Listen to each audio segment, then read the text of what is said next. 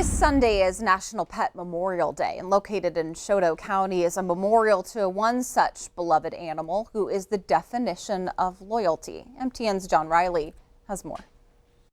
In Fort Benton, on the banks of the Missouri River, lies a shrine to a sheepdog named Shep. On it, a plaque reads, "Forever Faithful." The Border Collie mix found his way into town in 1936, following his master, who'd become ill and taken to St. Clair Hospital.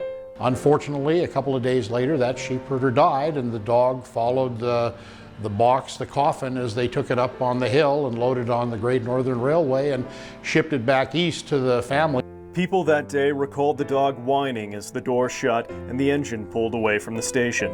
The next day, Shep returned, looking for the sheepherder, a ritual that would go on for the next 5.5 years. The story of Shep the sheepdog spread. He gained popularity and national attention for meeting every passenger train that came into Fort Benton. Over the course of that 5.5 years, that means that vagrant dog met about 8,000 trains and sniffed the passengers as they got off the train and checked them each out to see if his master had come back. And you have to wonder, what was the dog thinking when that train chugged out of the station again and the conductor called all aboard? And the thing that he must have thought was, well, maybe the next one. Shep was not a young dog when he first arrived into town, and after 5 years, he'd become hard of hearing and was no longer agile.